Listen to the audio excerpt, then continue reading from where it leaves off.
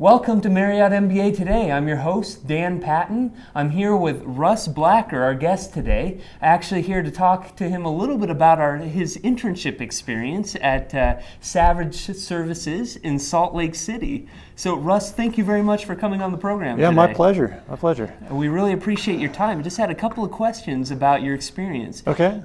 First of all, just tell us a little bit about Savage Services, what they do, and then specifically what your responsibilities were when you worked there. Sure, Dan. Yeah. I thought Savage was a great company to work for. They do a lot of sulfur, so like refineries, they produce sulfur and they're the largest handler in the world. They also do railways, and they also do power plants, so they bring coal to power plants. So that's kind of their business model.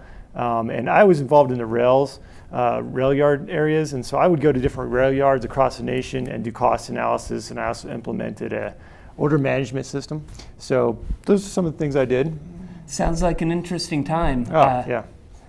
So were you mainly based in Salt Lake City, or did you get the chance to move around a little bit? Oh, I definitely moved around. I was in Maine, I was in Pennsylvania a couple times, I was in Colorado, and I was in Oregon. Spent about a week and a half in each of those locations, but based out of Salt Lake.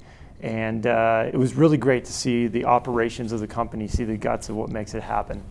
With so much traveling around then, was the learning curve pretty steep? I felt like they gave you a lot of freedom at Savage to kind of explore and learn. And so I think that was actually a good thing that they sent me around and kind of said, here's a project, go at it. And actually I feel like I grew more than if I would have had a really defined, solid, confined area that I was supposed to be in. Okay. So I enjoyed the travel and to really get to know the people and the culture. Okay. Why don't you share with us just one of the most interesting or most enjoyable things that you were able to accomplish while you were there? Sure. So they had these rail yards, and they had all these different business lines. They'd unload steel or sheetrock, and they just did not know exactly what their contribution margin was on any of those business lines.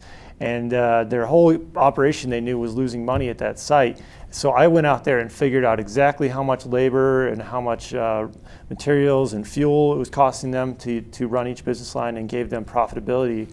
And when the managers saw that, they were just so excited. They were just like, okay, night and day. I know exactly what I need to do. I need to reprice these contracts. It was just really cool to be able to give them that knowledge. Did you get any pushback when you were trying to suggest some of these changes? Not so much on that project. The coordinators were really busy. They were kind of hesitant to give me some of their time. But another project I did get some pushback. I tried to implement, those little handheld devices the UPS guys use. I tried to implement those so they could manage their orders when they're filling up a tank full of petroleum or something. And the VP of IT was not so excited at first. Mm-hmm. But then when I presented it as a source of information about how they could get better and not as do my project, she really was excited about the extra information that I provided and the additional cost savings that were found.